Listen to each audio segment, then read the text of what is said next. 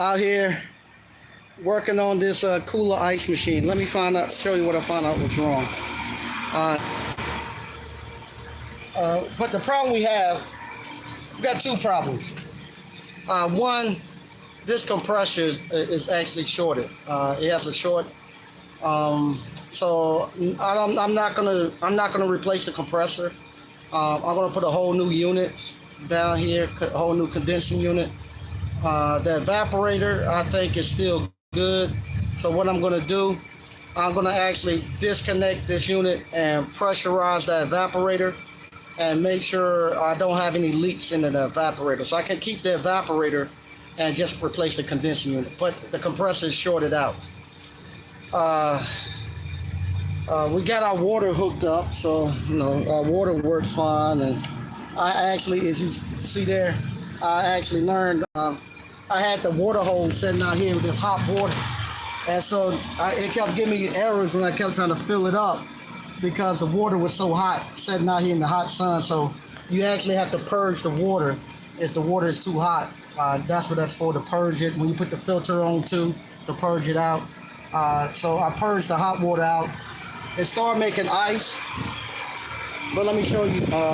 And all the auger motors and all of the dispenser motors and all that stuff, all that works. So all of the stuff at the control panel works.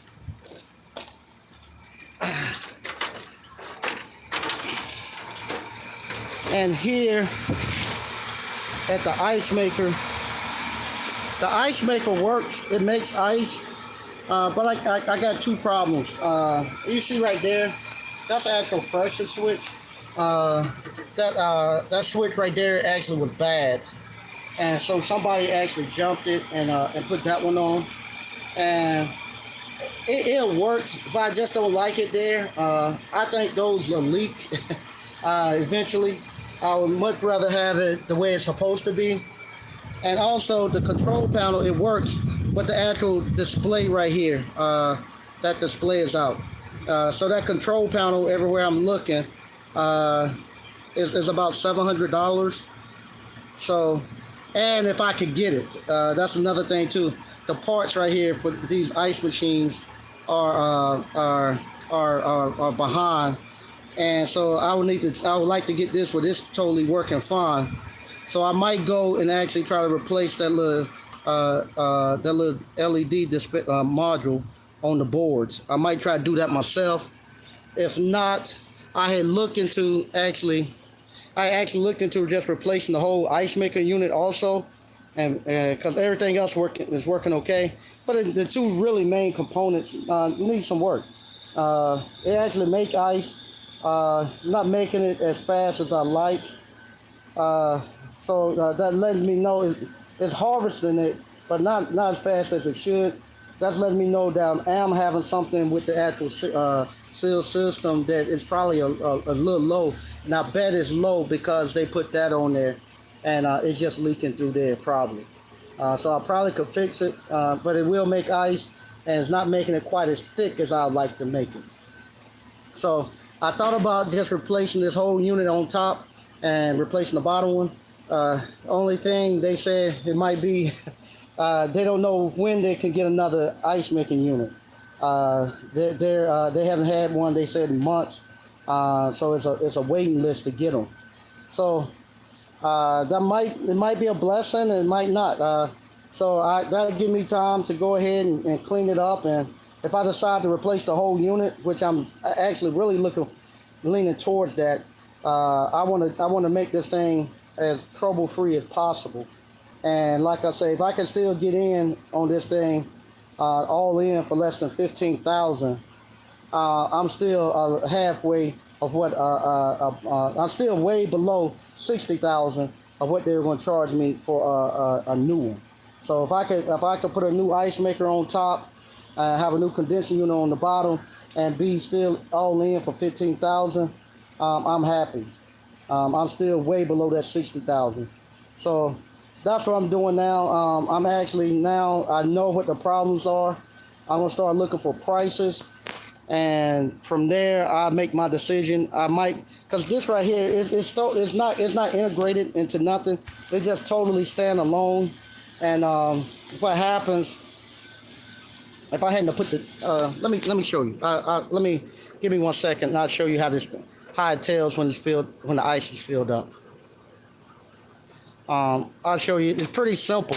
So I can get pretty much any ice maker to set on top of here. It might not make as much ice, and I lose capacity, and so you run to the part where you won't make as much ice. But you see there, you can see the auger motor. That's the auger motor that actually dispenses the ice. Right here, every time it dump ice, it opens up and fall. And you see this switch right here? This is a little magnet switch. When it gets to a point, you see how it hits right there? When it gets to a point where it's filled up with ice, when it get there, it's just like the ice maker, the shut-off arm in the residential one. That switch let us know that, hey, it's filled up with ice. So it won't make it'll turn off. Same thing on this one too, got the switch. So if I put any ice maker here, once it fills up with ice up here, and the door can't close, that's how it knows to turn off. Because this right here is just totally standalone.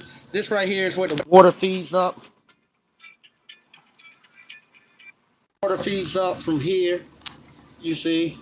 And they have the little that's the little circulation pump right there. Compressor. You got 2 condenser fans. This right here works kind of like a heat pump.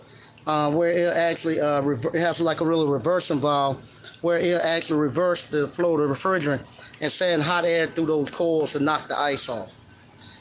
But yeah, so I know what's wrong with it. It works, but I'm actually just debating if I'm gonna actually just put a new one in or go fix it. I'm thinking about just putting a new one in. As long as I'm up under that 15,000, I'm happy. And this right here, this is the actual water level switch, believe it or not. This is the actual water level.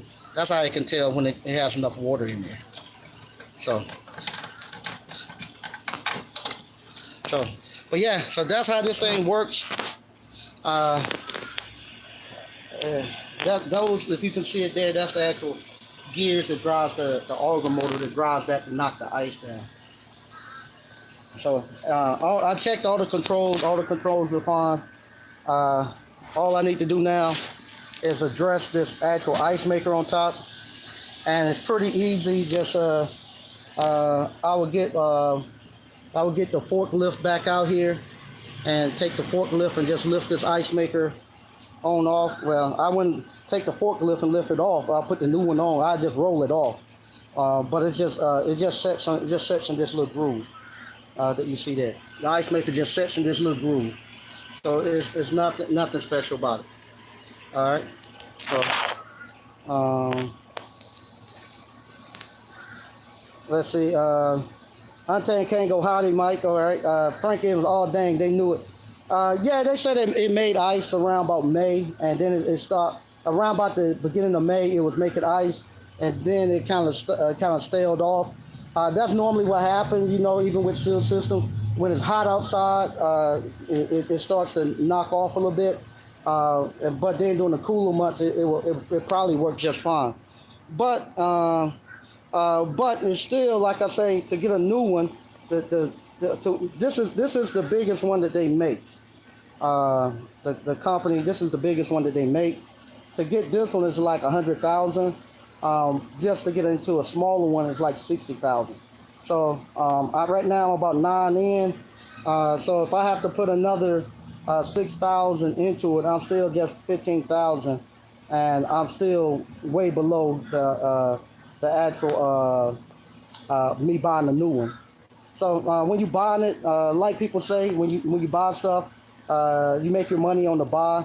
I still got plenty of room. I got plenty of room before I get to 60,000. Plenty of room before I get to 60,000.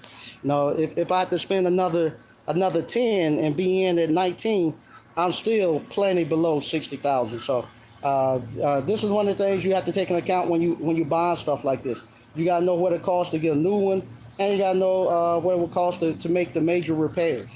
So kind of like these buildings I get, I know when I get them, you never know until you start pulling them apart. So, but the main thing I was lucky about too, I didn't have I checked the main thing I was checking stuff that I think I couldn't get aftermarket. I knew I couldn't get the actual that big plastic container.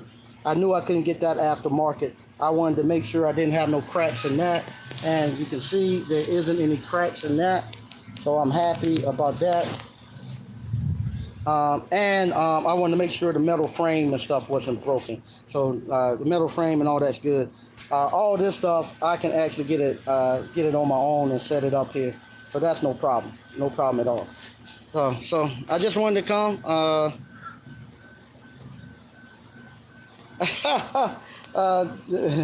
Okay, why does it always look cooler on YouTube than where I live?